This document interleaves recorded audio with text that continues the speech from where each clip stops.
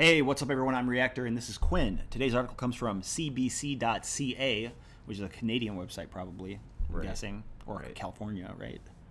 Sounds Canadian. Yeah, it's titled, Canadian Pot Industry Workers Will Be Able to Enter U.S. for Pleasure Travel. Huh. Oh, wow. They were going to ban them? Pleasure travel. Like vacation to America. Oh, you're a cannabis worker? No, you're not allowed. Yeah, that's just weird. Yeah. And how many? Who cares what their job is in another country? Why would any Canadians want to come here anyway? Yeah, and why are they showing a picture of Brussels sprouts? Yeah, isn't this about pot? Yeah. Does pot look like Brussels sprouts? I guess. I wonder what happens if you smoke Brussels sprouts. Well, I'm pretty sure you can smoke them to eat them. Like, you can smoke them like on a barbecue. Like smoked meat. Like smoked meat, yeah. Smoking meat. Yeah. U.S. Customs updates website saying workers will generally be allowed in. I wonder what their factors are. U.S. Customs and Border Protection says Canadian citizens working in the cannabis industry should be able to enter the U.S. for reasons unrelated to the marijuana industry. What do you think? Oh, we're just delivering weed. What's the big deal? How many of these workers are coming down to the border being like, I want to come to the United States so I can smoke lots of weed, and that's the only reason. Yeah. Why would they leave their country? Why? Their whole country is like a big, California at this point. Canadians should stay in Canada. Love it. Right? Yeah, I don't understand why.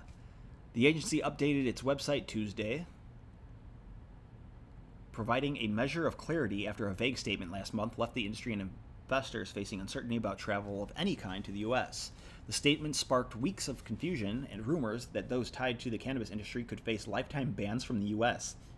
That would be hilariously insane. Right. Like the U.S. is so worried about a pot epidemic. Oh my God! What if American citizens start smoking weed? What's going to happen? The whole country will collapse. They're worried that these Canadians are going to come down here. They're already and mess with the economy. Seasoned potheads, and they're going to love it here so much that they're just going to stay and start voting on legalizing pot. And they'll start voting and start changing things just like Canada. And the last thing these people in the United States want is these Canadians influencing our votes in our country, because we're going to end up like one big Canada. You know how fucked up it is up there? Sorry. Yeah, it's real bad. Really bad. It's really like bad. A third world country. It's terrible, I've heard. And the people are so nice. I know. The statement sparked weeks of confusion tied to the cannabis industry face lifetime bans in the U.S. It reads that as marijuana continues to be a controlled substance under United States laws, working in or facilitating the proliferation of legal marijuana industry in U.S. states where it is deemed legal or Canada may affect admissibility to the U.S. Oh, so Colorado residents aren't going to be allowed in the U.S. either. Oh, that's bad. It's unfortunate. Yeah. Yeah, it's like, wait, they're going to ban Canadians, but it's like, wait, we have, like, California is like... I'm just happy we're not at any point in history where we can't cross state borders without a state ID check or something. Oh, that's gonna come soon though. So it's there's only be one interstate highway that you have to enter. Like, we got to go to. It's like entering a country. If you get caught on like a back road, you're immediately arrested.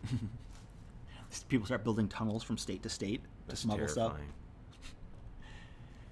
It's been updated to say that for travel unrelated to the industry, these same people will generally be allowed in the U.S. So if there's like a weed conference in Colorado, they can't go.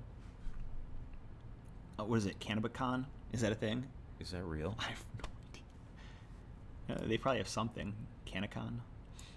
A Canadian citizen working in or facilitating the proliferation of legal marijuana industry in Canada coming to the U.S. for reasons unrelated to the marijuana industry will generally be admissible to the U.S. However, if a traveler is found to be coming to the U.S. for a reason related to the marijuana industry, they may be deemed inadmissible, the statement reads.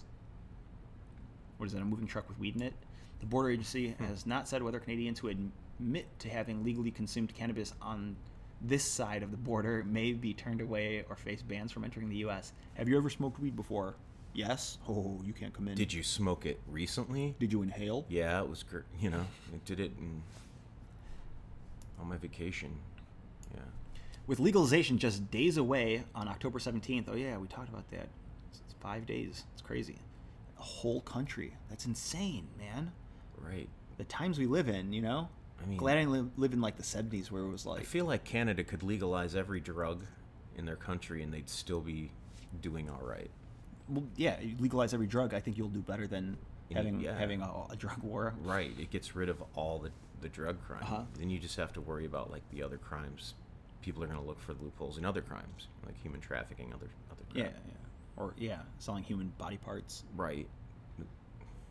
Like even if they legalize prostitution, it's like, well, still have body parts we could sell to rich people. Look, rich people. If you're a billionaire, if Bill Gates needs a heart, I guarantee he is going to buy a heart and not have to wait on a list. Right. You know, Right. Dude, there's got to be at least 1,000 people out there who are already terminally ill, and Bill Gates could, hey, $6 million to your family. Let me get that heart. Right. You know, your kidneys are failing. It's a huge sacrifice, you know. Well, no, but if you're dying anyway, I think I would feel a lot better knowing that my death was bringing stability to my family members. You know. True. True. Tough decisions. It's like at least I get to help them. However, the updated statement makes no mention of whether Canadians who admit to having legally consumed cannabis on this side of the border may be turned away or face bans from entering the U.S. However, the updated statement doesn't mention. Yeah, it does mention it. So why are you bringing it up? Right. It also doesn't say that people who have used the bathroom within 15 minutes of trying to cross the border will be allowed. Yeah, because nobody gives a shit. If anything, they want high people at these border areas because the last moment they're going to be in the U.S., they're going to be buying things. High people mostly buy food, they buy gifts, stupid stuff they don't even need. And, you know, doesn't the United States want more of that kind of impulsive high buying from people like that? I don't know why they would give a shit. It just seems like a good thing all around. And it does, however, make the point that anyone arriving in the U.S. who is found to be a drug abuser or who is convicted of violations of U.S. or foreign drug laws or regulations will be considered inadmissible. Yeah, I heard if you commit a felony, you can't leave the country. Have you heard that? No, I've never heard that. Felons aren't allowed to leave the country, ever. They're stuck in this country. Henry Chang, a partner at Toronto law firm Blaney McMurtry. Yeah, that was... Ugh. 2 R's threw me off, said in an email to CBC, this update is a more reasonable approach, but still leaves some uncertainties. Like, will I have to wear clothes when I cross the border? We don't know. Chang, who specializes in cross-border issues, said it's unclear what activities would be considered unrelated to the marijuana industry, including whether going to a cannabis conference would be allowed, for example. Yeah, that's what I was saying. Man, like I always bring up stuff that comes up in the article. Yeah, it's weird. Yeah. I know you're not reading this shit because this is the first time for me. So I know you're not reading it. It makes me feel good about my logic skills. Yeah, you're doing all right. Wiggle room. Overall, this is a step in the right direction, but the line is still not clearly drawn yet. Matt Maurer, a lawyer with Toronto firm Torkin Mains and vice chair of the Cannabis Law Group, said he believes that while the update is helpful, it's worded to give themselves some wiggle room. Phrases such as will generally be admissible allow room for interpretation, he said. Yeah. Still, Moore said the update provides welcome news for pot industry workers. I treat this as a pretty clear signal that if you work in the cannabis industry in Canada and you're coming to the U.S. for reasons unrelated to your work, they're not going to have an issue with it and they're going to let you in. Or they won't refuse you on that ground alone. Yeah. So is there U.S. companies that open cannabis companies in Canada under the same umbrella but a different section of their corporations somehow, and then like these Canadian workers actually work for U.S. people and they're coming down to work at different companies they already work for or something? Because I guess I don't know. You know what I'm curious about though? Are they allowed to cross into Washington? I mean, why not? Are you allowed to? Oh, go ahead. No, I was just gonna say, from what it looks like, it's pretty easy to cross the border into Canada. If you wanted to do it illegally, it's pretty easy to do. There's like tons of open space. Yeah. You know?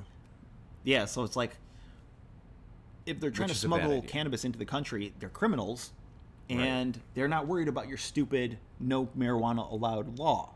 Right. You know, like we're going to ban you if you work in the industry. So I guarantee no one who works in the industry publicly is going to be a smuggler. Right. But I guarantee there will be smugglers from Canada. There will be. There's so many states that border. It's also weird though, because like smuggling into Washington, no point. But can you have if you live in Washington, can you grow cannabis in Canada and ship it into Washington? Totally legal zones, you know, to and from. Yeah, I do not know. Yeah, you probably wouldn't be able to. It's still considered state lines. I'm sure Washington says something about leaving. Although going from Washington to Oregon is legal too, right? If you have weed in your car, you can drive to Oregon, right? You have to obey both states' laws. Yeah. Like you have to have the smallest amount allowed by both. If one allows 64 ounces and one allows 32, you should only have 32 to be legal. You can hold. Really? That's a lot. No. That's just random numbers. I'm thinking. Okay. 64 ounces. I don't even know how much that is. That is that seems like a lot. Yeah, 64 ounces. Yeah, I guess. I guess I'm thinking of gold, but it seems like a lot, though. Yeah. Practices will evolve. Border Security Minister Bill Blair told CBC News last month that although possession of cannabis is legal in some U.S. states, cannabis remains illegal under U.S. federal law. He warned Canadians traveling south that they need to respect U.S. laws. Although all sales of cannabis remain illegal under U.S. federal law, Moore points out that more U.S. states legalize cannabis at the state level, U.S. customs practices may continue to evolve. Obviously. Why wouldn't, like, you think they're going to stay in the same spot when all the states are legal? In Michigan, Missouri, could you imagine, sorry, but real quick, could you imagine if every state was legalized and the federal law still said no? I'm thinking there's a lot of greedy little states involved in in the United States that are jumping on for the money. They don't want to unite because they're probably afraid they're going to lose their greedy little tactics they've set up with all their little allocation of funds and shit to other people in their organization, you know? Like, I've talked to a lot of people that say, okay, they're taxing all this money on the recreational cannabis, but teachers, they're like, they're not seeing the money, you know? And where's the money going? Where's the money go, right? I heard Colorado, like 5 years ago when they first legalized or whatever, they had an extreme influx of extra cash from the taxes. Like they had so much money that they were building ridiculous parks that nobody cared to have. Right. Like we don't know what to do with this money. You need to give kids the right tools to perform at their best. That's what you got to do with that money. In Michigan, Missouri, Utah, and North Dakota, voters will decide on various levels of marijuana legalization during the November midterm elections. Man, it's like every 2 years, more states are like, hey, we want to get on that. Right. You know, like whoever's last to the party. Definitely North Dakota loses. And Utah. Definitely North Dakota and Minnesota, anywhere that borders along Canada, should be getting their stuff totally rec and medical legal. Because it's going to stop a lot of that black market border. Yeah, and you're bordering an entire country that has legal. That is legal. Very little barricades to stop a person from walking across with a backpack or something. You know. Or driving a truck. You know, five or 10 trucks fully stocked with this stuff, and they're set for life. You know, I mean, dream big. Some of these people. Yeah. Recreational marijuana is currently legal under state law in 9 states, while medical marijuana is legal in 30 states. And medical is still illegal federally? It's all illegal federally, from what I read. But I think you're right. It's just a matter of time before it's all legal. And they're going to have to figure out how they're all going to come together and figure out how it's all going to be taxed. And everybody's going to have to put down their little greedy ways. And you know, on the bright side, for people who smoke cannabis, the federal law making it illegal means the feds aren't taxing it yet. But once they legalize it, you know they're going to put their fucking paws in there. Right. Monsanto's going to get their paws in it. I'm sure I guarantee Monsanto is already genetically engineering cannabis. Right, and that's it's like one of the most profitable crops in the world. Like we were reading an article the other day about the legalization in Canada, saying that greenhouses were being, like, tomatoes were being pulled up, and they were like, no, we're doing weed now. You know, like, this is the money right here. Right. Fuck a tomato. Yeah, the tomatoes were delicious. Let's make this. Do you have anything else you want to say? No. Yep, that's it for the video. If you enjoyed it, let us know by giving a thumbs up. Leave a comment. Let us know what you would have done. And we have a Patreon, so if you want to support us, it's greatly appreciated. So head over there. The link is in the description.